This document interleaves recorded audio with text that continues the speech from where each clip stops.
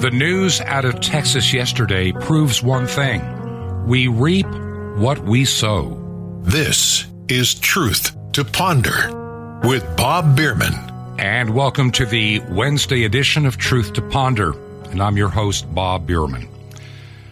Well, all of us, or most of us anyway, are fully aware of what occurred in Texas yesterday.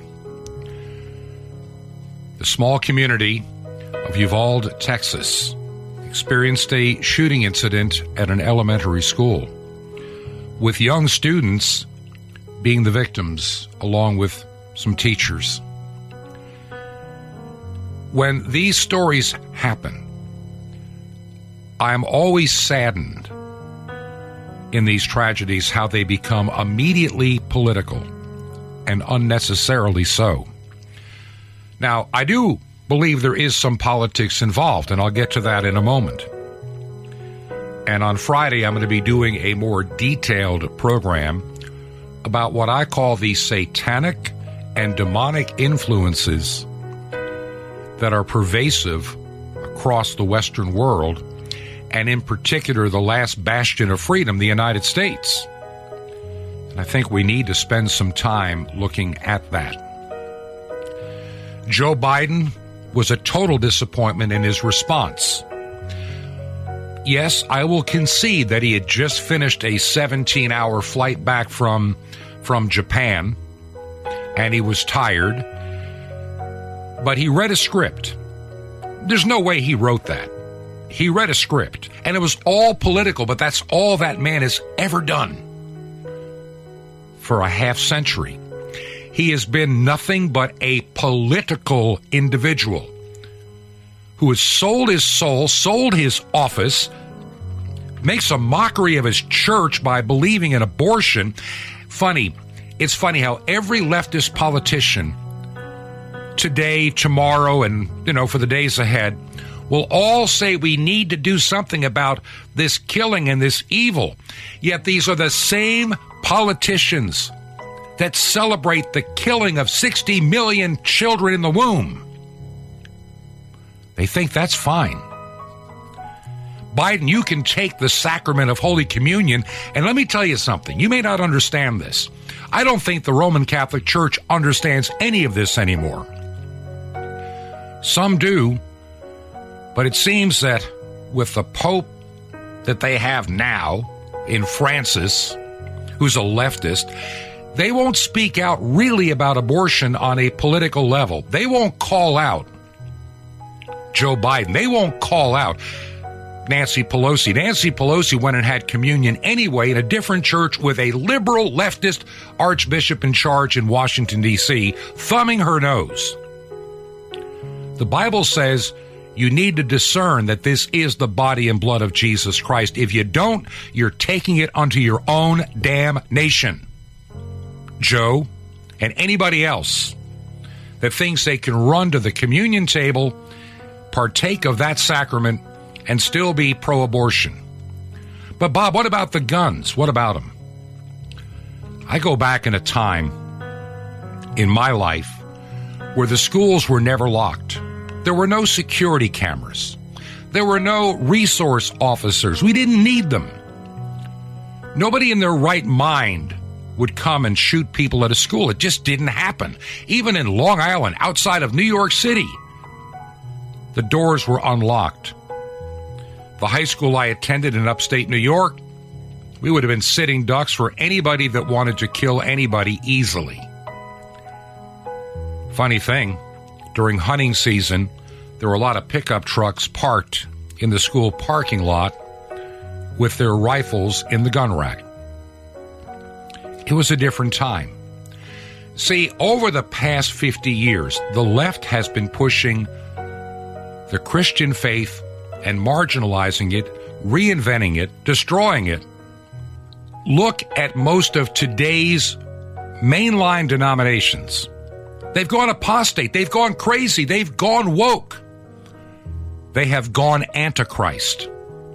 And we're paying a price for that. I'll address it on Friday. Already have a guest scheduled for tomorrow that I think you'll want to hear.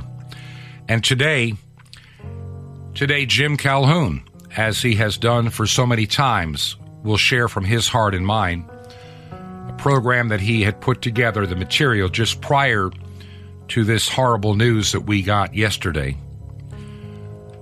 But as always, what Jim Calhoun has to share, I think, is vital for all of our lives. So, Jim, I'm going to turn the microphone over to you, and may God empower every word you share. Thanks, Bob. It is truly great to be back on Truth to Ponder this week, and this is kind of a milestone. This is my 40th episode of Truth to Ponder, and it seems like time must fly really fast because it doesn't seem like it could be nearly that many. But I'm really happy that I've helped out Bob Bierman in every way that I can, because I truly believe in his mission. I truly believe that God has called him to be where he's at today. And I truly believe that God has put it on my heart to help him in his endeavors. And so while I'm busy here at the ranch and I'm always doing something, and it seems like I put in anywhere between 8 and 12-hour days every day, and an 8-hour day is kind of a day off. And some days I look back and I don't see that I got anything done. And I'm not discouraged when that happens because life is a process. And so it's just part of the process. You have days that are more productive than others, no matter how hard you work. But I'm really happy that I'm able to help Bob Bierman out in every way possible, because I truly believe that God has his hand all over Bob Bierman and has lit a fire in his soul, and he's really put it on Bob's heart to work for the kingdom of God. And so in any way that I can help, I will do so. But anyway, this is my 40th episode, and this episode is going to be just a little bit different. And I guess all of my episodes are a little bit different, actually. But this one's going to be maybe a little more different because I'm going to talk about some philosophy. And I'm not trained in any way, shape, or form. I have absolutely no training as a philosopher. I have no background in that except one thing. Back years ago, they used to call the old cowboys that were on the trail drives cowboy philosophers or horseback philosophers. And the reasons these cowboys had all of their philosophy is because they had so many hours alone, so many hours out by themselves on their horse, and it gives you lots of time to think. And you don't have the world's clutter in your head. After you get things sorted out in your own life, then it gives you time to think about other things. And that's my school of philosophy. I've spent so many hours by myself out with cows and so many hours by myself out on a tractor that after a while you start contemplating things and thinking them through. And another word that they used to give these guys are sagebrush philosophers. So this show is going to be full of sagebrush philosophy. And where I'm going to start is in the big question, is where are we? Well, we are where God put us. Period. I know that you can listen to NASA, and you can listen to all the science fiction writers, and you can listen to the world as the world has tried to get everything to be in line in lockstep with what the powers that be of the world want it to be. But is that truly the way it is? Now, I'm going to start way back in antiquity, back at the dawn of time. Mankind had no concept of anything other than this, that we are the center. We are God's centerpiece. We are one of God's greatest handiworks, right here. And the world today will tell you that we're on a spinning ball, wildly spinning and wobbling through space, with everything else wildly spinning, wobbling through space. Somehow, nothing ever really changes. Everything stays perfectly balanced. But we're just this little speck out there that's insignificant. there has to be other intelligent life out there. And of course, it's got to be better than us and more intelligent than us. They never talk about the planet of the slug. No, it's always the planet of the people that have more brains than we have and can squish us like a bug. But let's have a little philosophy here. Do you realize how empowering it is to know that you are living exactly where God put you? You are living on the world that God created, and created for you and me and all the rest of mankind. And we were given dominion over all creation. Now, I'm going somewhere with this show today, but I got to piece it together. But I know there's lots of people out there that really believe in extraterrestrial life. They can't prove that it's out there, nor can people disprove that it's not out there. But let's look at what is. What is that we're on this world. We live on a world that God created. And the world that God created was created for us. Now, when you finally realize that you're living on God's creation, that you're living in a world that God created especially for us, and that it is unique, and that it's not just wildly spinning out through space, that it does have a purpose, that we're not some insignificant third-rate planet, that we are on God's crowning jewel of creation. Now, if you stop and think about that, how empowering is that in your life, as opposed to we're an insignificant planet twirling out, wobbling through space, not knowing where we're going, just flying at incredible speeds as we rotate and orbit and whiz through space with everything else that's orbiting and whizzing and wobbling.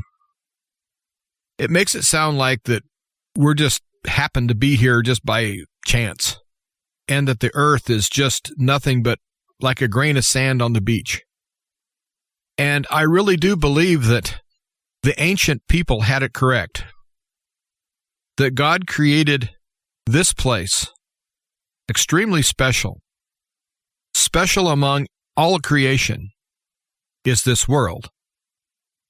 And when you compare the two, between the feeling that you don't know where you're at, that you're spinning through space, that you're on an insignificant planet that's just a grain of sand on the beach, and you're just a grain of sand among the grain of sand as far as people are concerned.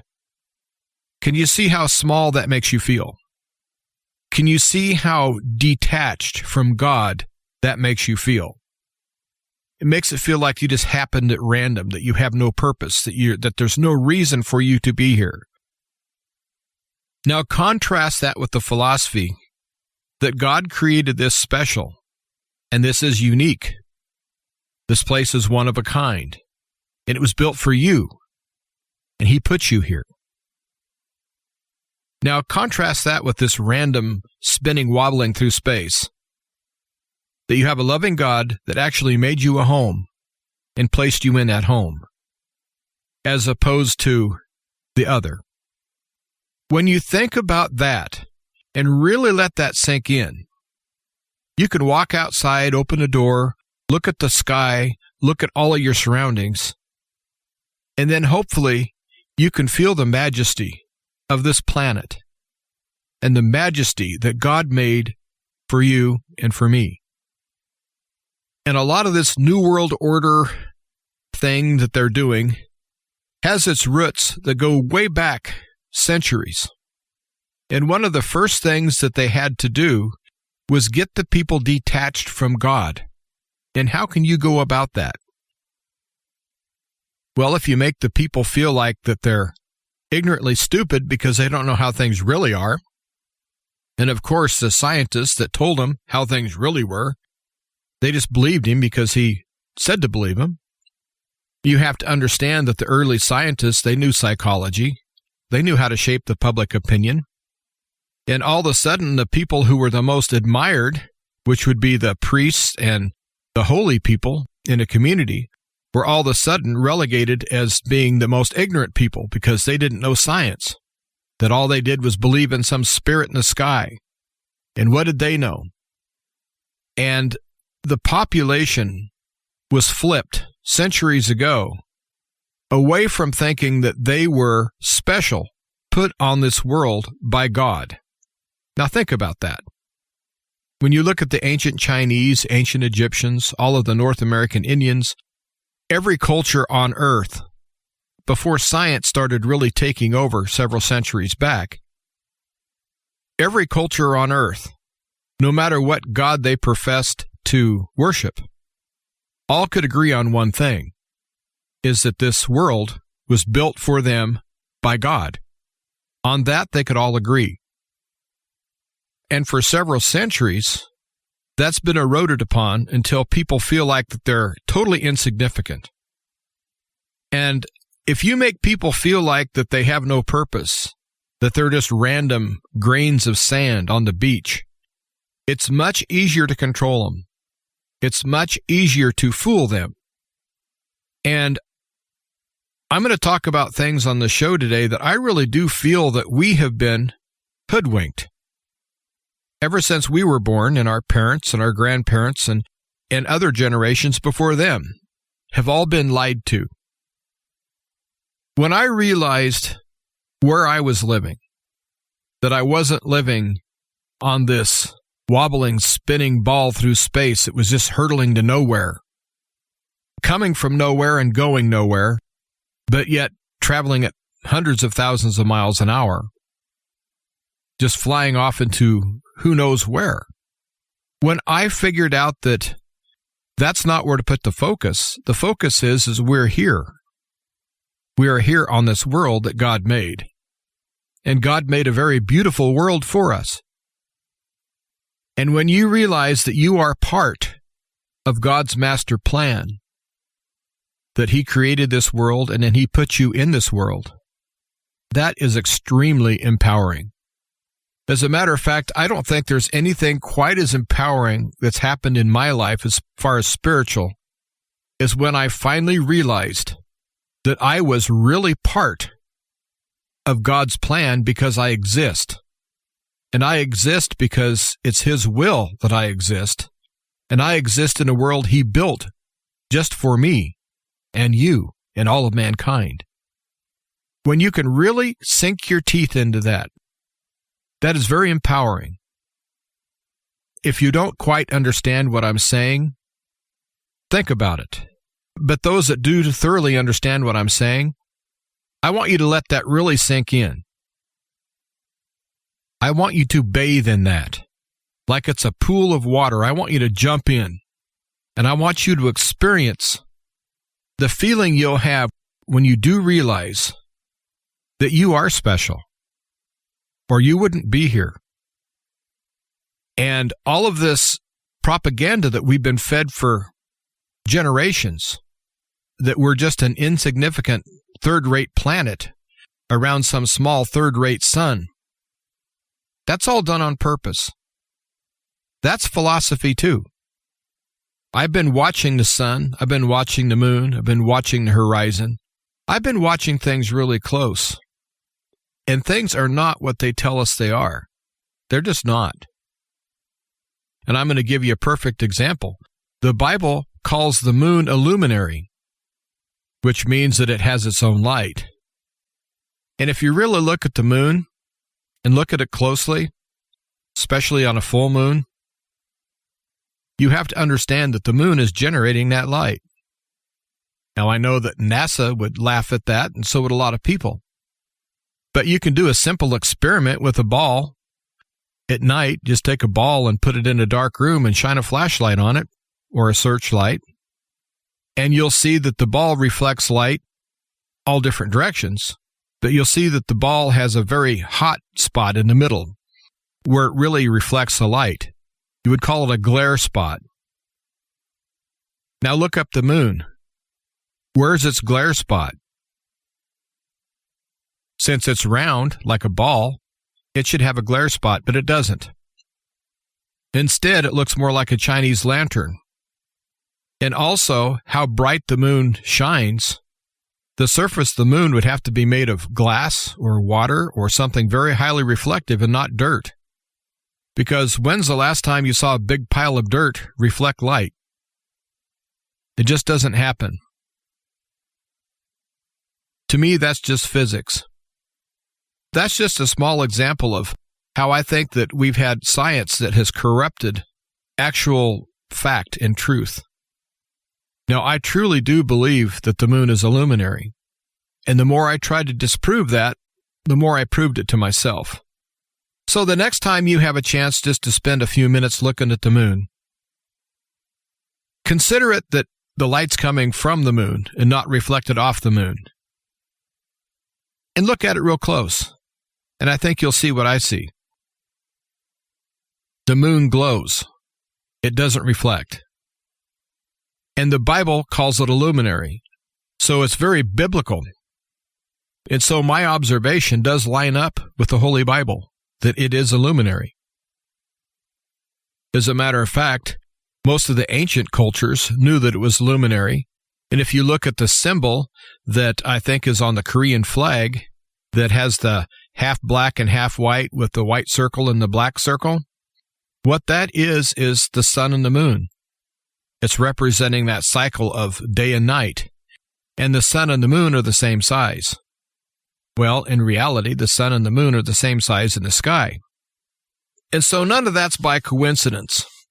But yet we're told all the science fiction that they want us to feel so small and so insignificant. But God provided us light in the day, and He provided us light at night. A different kind of light, but it's still a light that He provided for us. And so when you look at the wonderfulness of this planet, you can just see in the design how much God loves us. His love is everywhere. His love is in the clouds. His love is in the trees. His love is everywhere. And so if you feel unloved, you just have to open your eyes. God has built this planet with love. The Bible says God is love, and His love is everywhere. His love is in a nice cool breeze on a hot summer day. His love is a nice shady cloud that goes over when it's 100 degrees out. His love is a nice warm wind in early spring that gives you the promise that spring is on its way. God has filled this world with love. And if you don't really believe that, if you have pets, next time you caress your pet and pay attention to your pet, look at the love that comes back to you. God has filled this planet with love, and He gave us the appreciation to experience love and to know love. And that was no accident either. And so I really think that everyone needs to understand that you are loved, that you are special, that God built this world for us special, and God takes care of us. And when you finally get empowered by knowing the fact deep down in your soul that you are living on God's crown jewel of creation, He created it for you and for me. When that finally sinks in, you will be so empowered that nothing can stand in your way as far as trying to depress you into thinking that you're small and insignificant and that you're just here to be kicked around. You don't know why you're here. You don't think you have a purpose. You feel like your life has no rudder, that you're just kind of sailing off into oblivion on this wobbling, spinning ball through space. So really what I think that does is ground you spiritually to who you are, where you are, and also why you are. You might say, well, how does that tell me why I'm here? It might not give you the specific reason of why, but God put you here on this world at this time for a reason. So you do have a purpose. You did not come into this world randomly. You came into this world by the design of God. So whether you're a believer or not, doesn't make any difference whether you believe, because God believes. And that's what really counts. God believes. And God set things up the way they are because God believes and God knows. And we have to trust Him that His plan is the perfect plan, because it has to be, because it's God's plan. And you are part of that plan. Whether you know why you're here or not is immaterial. God knows why you're here, and He put you here for that reason. I think that you shouldn't stress on it or think about it too much. Just leave it in the hands of God and ask God for revelation. Ask God for wisdom and discernment. And have God lay it on your heart, just what He wants you to do. Because God put you here as part of His plan. And I think that's a very wonderful thing. And again, I think that's awful empowering. And when I come back from the other side of this break, I'm going to talk about some subjects that are related to what I just talked about, as far as being empowered and living in this world that God created for us. Thank you so much, Jim. And Jim, you're right. We need discernment. We need to be following the leading of our Lord, especially in these very unusual times. As I mentioned at the beginning of the program, I'm going to be addressing some of these societal issues that everybody thinks there's a government cure to fix. It's spiritual bankruptcy. There's some things that I'm learning about the shooter in Texas, for example, that are very troubling, things the mainstream media will never let you know.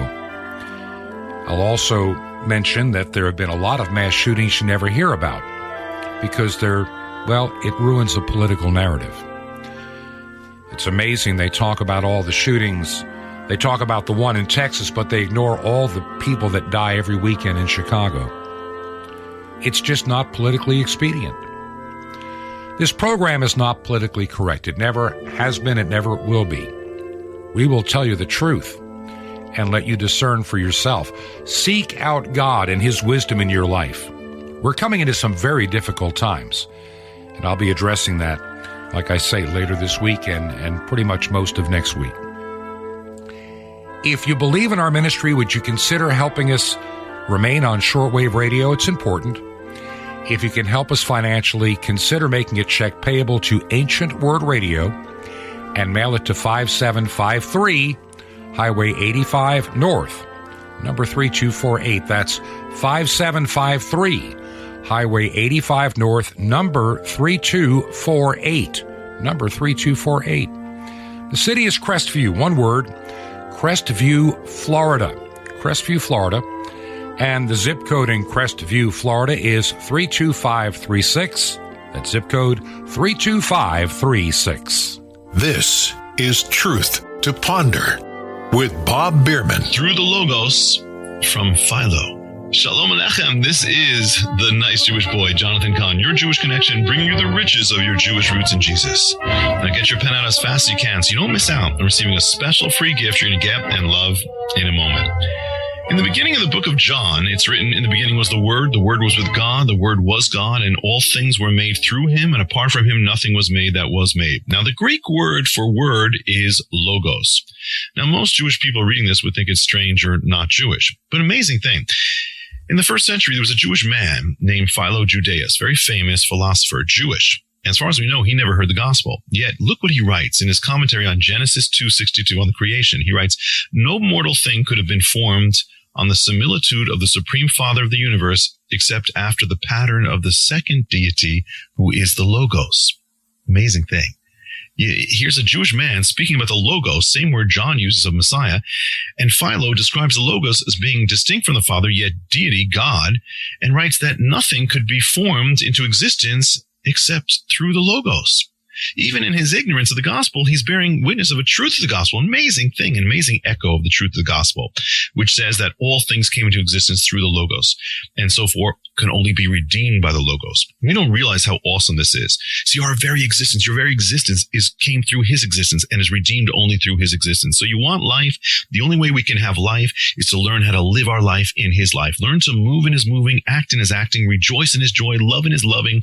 See, life is not so much about living with him, but living through him. For through him we came into existence, and only by living through him can we come to life. Want more? Ask for Jehovah of Nazareth.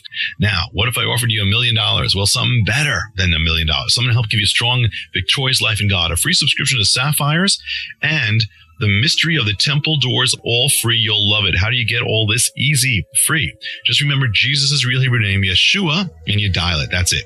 To receive your free gifts, just call 1-800-YESHUA-1. You will be blessed, but call now. That's 1-800-YESHUA-1. Now, the harvest is great. The laborers are few. I invite you to join me in the harvest. You don't need a plow, just an open heart and a pen. And you can reach the unreached peoples of the world. How? Well, listen, through Shortwave Radio, it's the farthest way you can blanket the planet with salvation. It's amazing. There'll be nothing like this. It's so incredible. Just call 1-800-YESHUA-1, YESHUA-1. Or write me direct. The Nice Jewish Boy, Box 1111, Lodi, Lodi, New Jersey, 07644. That's The Nice Jewish Boy, Box 1111, Lodi, Lodi, New Jersey, 07644. Well, till next time, this is Jonathan Kahn saying, come alive in the Logos. Shalom Aleichem. Peace be to you, my friend, in Messiah, Davar Elohim, the Word, Logos of God.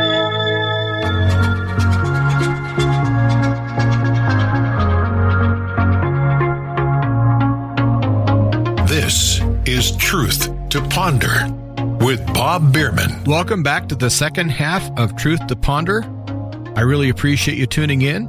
And I'm Jim Calhoun, sitting in for Bob Bierman today. And again, I really do enjoy filling in for Bob Bierman, and I really enjoy helping him out. And for all of those that listened to last week's show, I did hit the save button. So, all is good. And I got my garden replanted, and I'm really happy about that. And everything looks good. And so all systems are go here, for right now anyway. Well, the first part of the show was all about sagebrush philosophy. And the second half of the show is going to be about the same thing. But I'm going to change the direction a little bit. But it's still going to be related. Because when you think of this planet, God made this planet, and He made it for you, and He made you, and we're supposed to be here, or we wouldn't be here. So another simple question is, so why do we have to pay to be on this planet? Think about that. This is our home. This is our natural home. The dirt under our feet, the air we breathe, the food we eat, was all provided by God.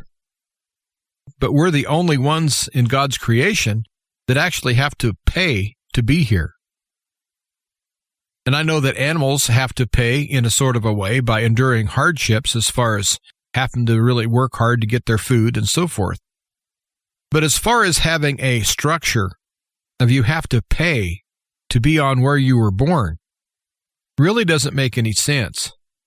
So you have to look at it in the big picture.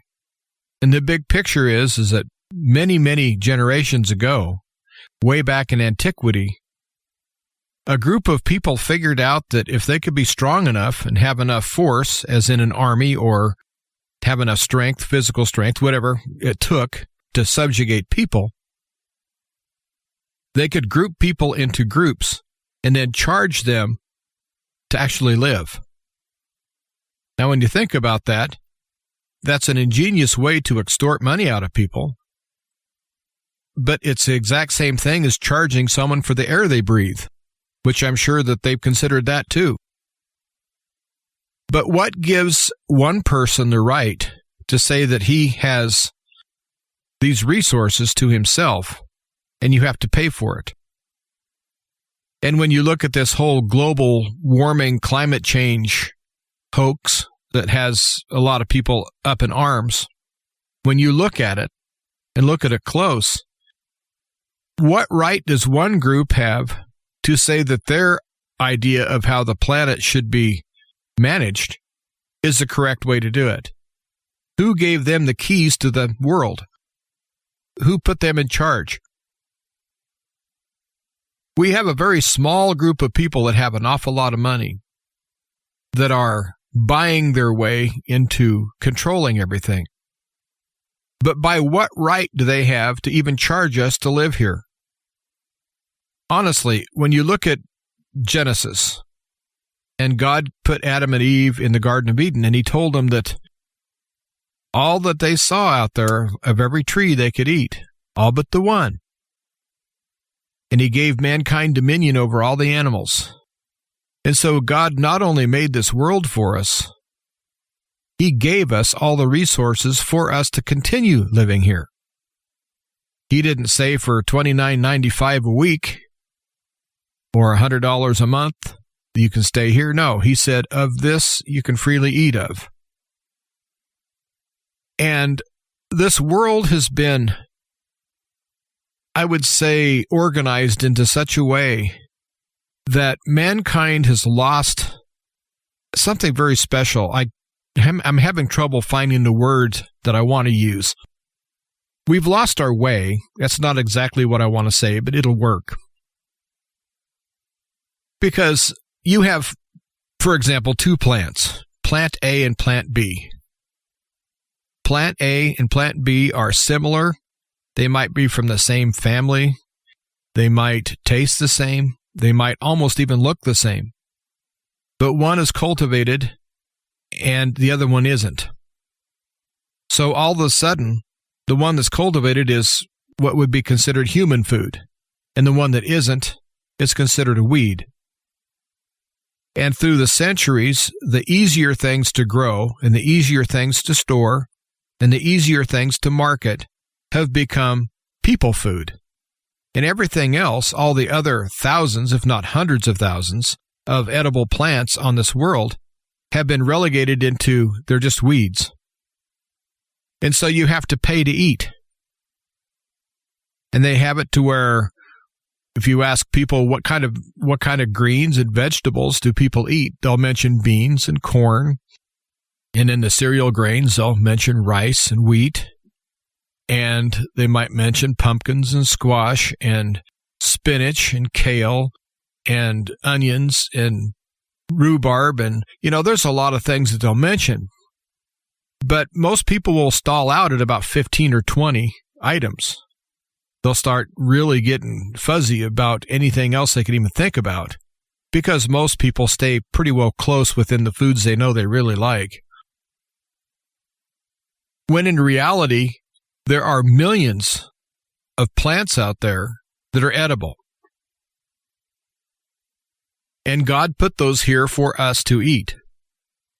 So I go back to my question, why do we have to pay to live on this planet? God has got his own economy. Bob Bierman has shown me that. Matter of fact, I've been using that term, God's economy, ever since he told me about that. And he's right. There is a God's economy. Absolutely. God built this world, and he also built an economy. And God's economy really has nothing in common with the economy built by mankind. And so if we can tap into God's economy, then we're going to be shielded from the crash that's inevitable. I've been watching the news and I've been reading all sorts of financial reports. And the news that I watch is not mainstream news. I do not watch those people. It's nothing but propaganda. I go to more reliable sources for my news. And the things that are happening in the financial world right now are pretty scary. If you have lots of money invested or you have lots of stocks and things, you might have to ride out a pretty good storm. It looks like the housing bubble is about to be burst again like it was in 2008. And also, they want to lock everybody down before midterms. And it seems that last year in March of 2021, they had a simulated exercise of how to handle a monkeypox outbreak in May of 2022. Coincidence? Not on your life. That was war-gamed. The people that are trying to take over the planet are trying to destroy as many people as they can. And they want to have everything done their way. And they're going to do it through disease and pestilence. All of this is in the works. It's all being planned, and these people are carrying out their plans. Now, as I record this show, there's just been a case of monkeypox suspected in New York City. And there's 12 suspected in Quebec. And, of course, there's some in Spain and some in England and other places in Europe. But if they've unleashed another bioweapon against us, which I suspect they have, but now all of a sudden we have monkeypox breaking out. And, of course, they say monkeypox is very rare. Well, if it's very rare, why is it breaking out everywhere? Well, put two and two together. It's having some help breaking out everywhere. And these evil people have got to be stopped. And I don't know how to stop them. I want to stay peaceful. But these people aren't peaceful. They're trying to kill us. It's obvious that they want us all dead. So while our side says stay peaceful, their side is killing us. So I don't know. I don't know what to do with that in my head. I'm still thinking about that. But I do know that violence is not the answer. But complying is definitely not the answer either. But I'm going to get back to God's economy. God has already given us an outlet. He's given us a safe haven away from man's economy and man's messing everything up. God is perfect. He made a perfect world, and mankind makes it imperfect.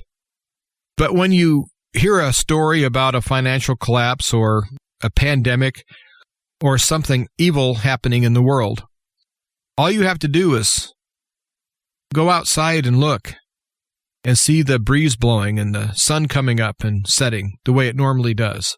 And the leaves are on the trees now. And everything is according to the way God built it. And you have to understand that things are going awful as far as in the human part of this world. But in what God created, it's business as usual. So while we might have a housing crisis or a food crisis or inflation running wild, in God's economy, it's still the way God made it. In God's world, everything is still perking right along. And so we have to start focusing on being in this world, but not of this world. And I know that Bob Bierman touched on that just a few episodes ago, that we live in this world, but we shouldn't be of the world. And right now, I think it's the perfect time for everyone to basically jump ship and get out of the world. Get into God's economy. Get into God's word. We're living in the age of grace, so take advantage of the grace of God and understand that He built an economy unto itself, and His economy is a natural economy. It's an economy that works no matter what we do. You just have to tap into it, and it's there. Now, since it's food foraging time, I've been talking about foraging for food quite a bit, not only on this show, but also on my own show. But I think it's ironic that literally, if I wanted to spend the day harvesting all the plants that are edible just in my barnyard in the surrounding area, which is no more than an acre, if I would just spend my day doing nothing but foraging plants, I could probably come up with anywhere between 25 and 100 pounds a day of natural food. That would be every day while it's in harvest season, which is another 3 or 4 weeks. Then other plants become ripe and ready for harvesting. So basically, in the middle part of the United States, from the middle of March to the middle of September, God has provided groups of edible plants that come in waves.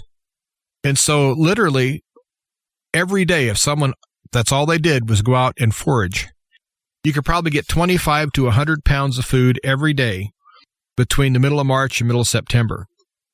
You can feed an awful lot of people with that. And so there's no reason to have bare pantries. There's no reason. And I have a friend whose mother used to forage inside a city, and they used to put foraged food in their diet. And what's really something about this foraged food is the vast majority of people have no clue that it's even there. I could literally graze. As I walk from my house to my workshop, I could literally graze all the way and have plants that are full of vitamin A and vitamin C, and plants that have some really nice mineral content and that taste real good. And instead of going to the house and getting a snack, literally all I got to do is bend over. It's because I understand what God put on this planet for us to eat. And also I've identified it, and I've spent some time doing so. But that's part of God's economy. You see, God did not charge us to live on this planet. Mankind charges us to live here. Now, we can get into a discussion of whether that's feasible or whether that's ethical. That's not where I want to go. Where I want to go with this part of the show is God's economy. God provides, and that is just the truth. God does provide. And God provides us with answers if we have ears to hear. And He provides us with all sorts of things if we have eyes to see. We have to understand that sometimes we need to be still and let God be God and let Him guide us. And once you start tapping into God's economy and you start feeling it, then you'll start seeing it more. And I would say the best entry place onto getting onto God's economy is foraging for the food that God gave Adam and Eve, because it's still there. God gave Adam and Eve this food and permission to have it, and said that it was theirs. They could freely eat it. And mankind has come along and says, well, you can eat it if you pay for it. And so the small little group of plants that mankind has cultivated and has turned into a commodity and turned into something you have to pay for, maybe you need to check out of that world a little bit. I'm not saying don't eat any corn or beans or things like that. I'm not saying that at all. But if every other meal is foraged plants, you've just doubled your food supply. You had to pay for it by your labor, but you didn't have to pay for it with money. And doing the labor to harvest these foods actually makes you healthier. It gets you out in the sun and out in the fresh air, and it actually makes you do some physical work that you might shed a few pounds, and you get your blood circulating a little bit better. And of course, your back might hurt a little bit, and you might be a little sore and stove up, but it's worth it, because after a while, your body will get used to the extra little work you're doing. And it's like going to a gym and getting a workout, and then instead of paying them the fee to be in their gym, you're reaping the benefits of the health, not only of the work and the labor you're putting in that gives you exercise, you're reaping the benefits of the food you're gathering that is much more healthy than what you can buy in a store. So it's a win-win all the way. So if you have to pay for it with an aching muscle now and again, I think it's worth it. So that's where you need to start with God's economy, is right there. And another thing people need to do more than they do, and I'm talking to myself too, is we need to trust in God much more than we do. Because everything right now is pointing to a very evil decade, that we're seeing some changes in mankind as far as the way they want to govern us and the way we're being treated basically like serfs. It's like we're going into a new feudal system where we have our feudal lords like this evil Bill Gates and all the Igor type stooges like illegitimate Joe Biden, who is nothing but an oaf. And I mean that in the truest sense of the word. We have all these people that are trying to set up this surveillance, and they're trying to set up all this digital ID, and they want to give us a universal income. They want to know every move we make, and they want to experiment on us, and they're They want to treat us like a herd of cows is what they want to do.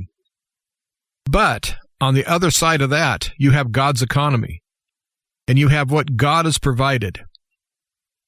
And let's never forget, God is in the business of miracles. I am a walking miracle. I should not even be alive. And being alive, I should be a quadriplegic. And I'm alive, and I can move freely. Now, I move with lots of pain sometimes, but I can move freely. And I can get my work done. And in my case, the more work I do, the better I feel. It's when I sit down, I get real stove up, and it takes me a while to get going again. But I'm a walking miracle. And I've met hundreds of people who are walking miracles. People that were spared by God. Now, I asked for a long time, God, why did you spare me? And I didn't feel like I got an answer. But I was patient. And I finally did get my answer, that God wants me to help people. And so that's what I'm doing. I'm trying to help people. Now, I know some people won't get a lot from my messages. I do understand that. Because God will put the right people that have the ears to hear in front of the speaker of the radio or through their headphones. God will put the right people to hear my voice to tell them what He wants me to tell them. And I was trying to figure out what I wanted to do for this week's show, and it really came across to me really hard that I was supposed to talk about God's economy, and I was supposed to talk about the deceptions that we have been taught for generations, and how that people need to understand that God did make this world very, very special. And all of mankind, everyone in antiquity, understood that. It was only after mankind wanted to replace God, because God was something that they could not overcome. You could overthrow a government, but you can't overthrow a God unless you can warp the population's mind into thinking there is no God, or that God is dead, or God does not care. Or that, yes, maybe God made them, but He made other better things other places, and you're just nothing but just a throwaway experiment. Or you're just this throwaway insignificant thing on a third-rate planet.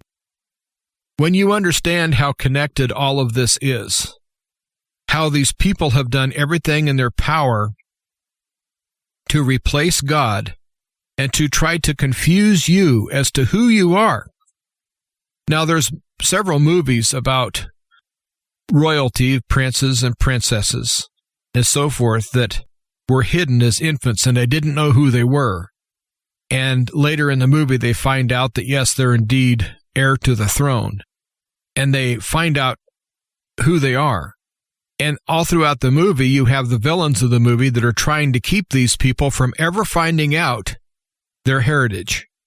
Well, I'm here to tell you today, we have a whole group of people that's been around for generations who are doing their best to try to hide your heritage from you. They're trying to hide who you are from you.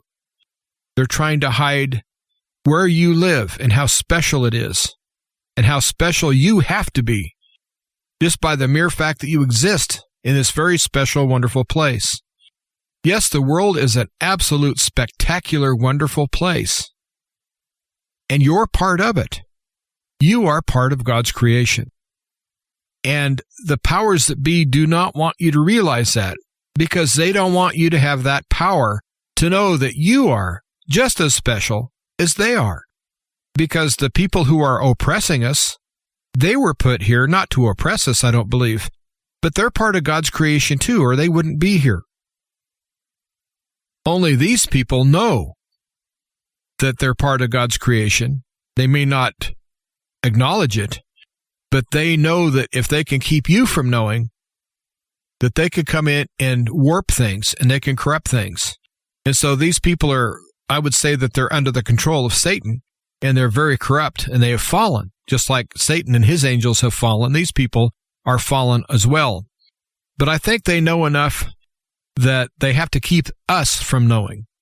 And so they do everything in their power to ridicule anyone like me who says that the world is a special place, whereas science right now says the world is nothing but an insignificant wobbling ball hurtling through space. And I say it's not.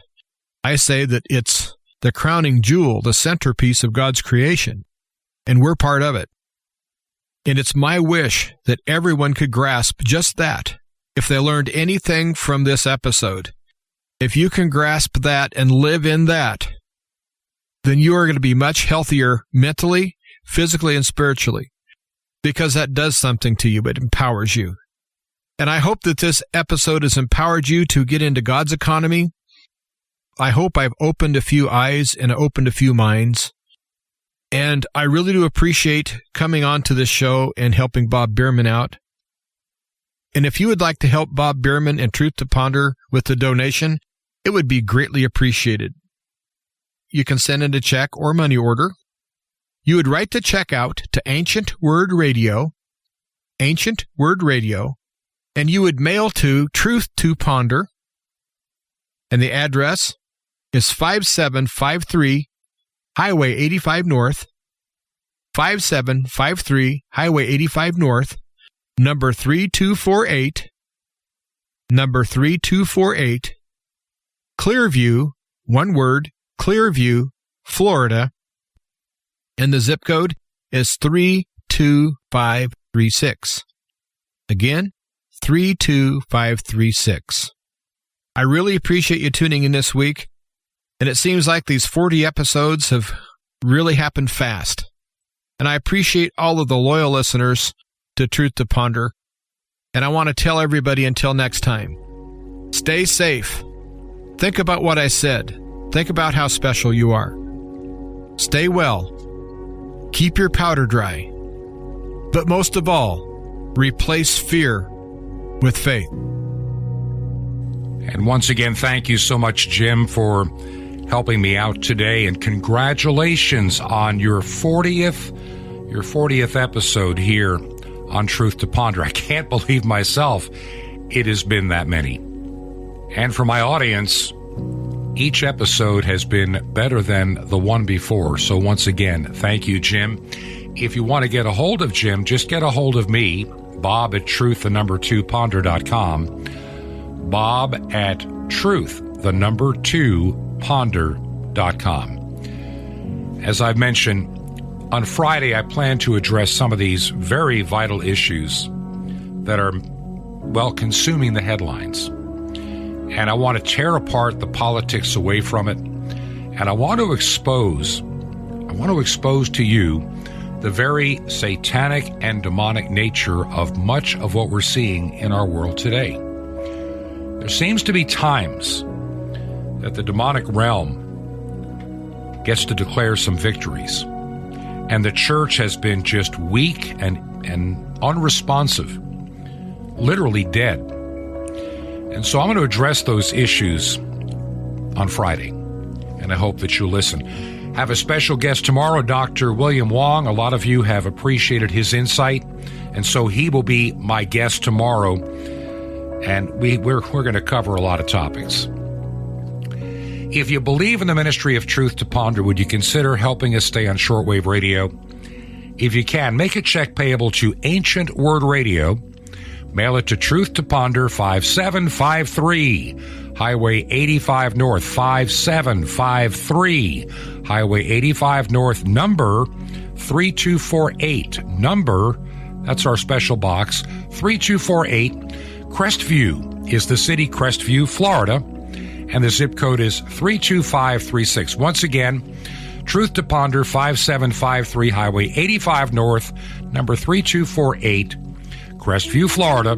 Zip code is 32536. This has been Truth to Ponder with Bob Bierman. To find out more, visit our website, truth2ponder.com. That's truth2ponder.com. Truth to Ponder, shining the light of truth in a darkening world.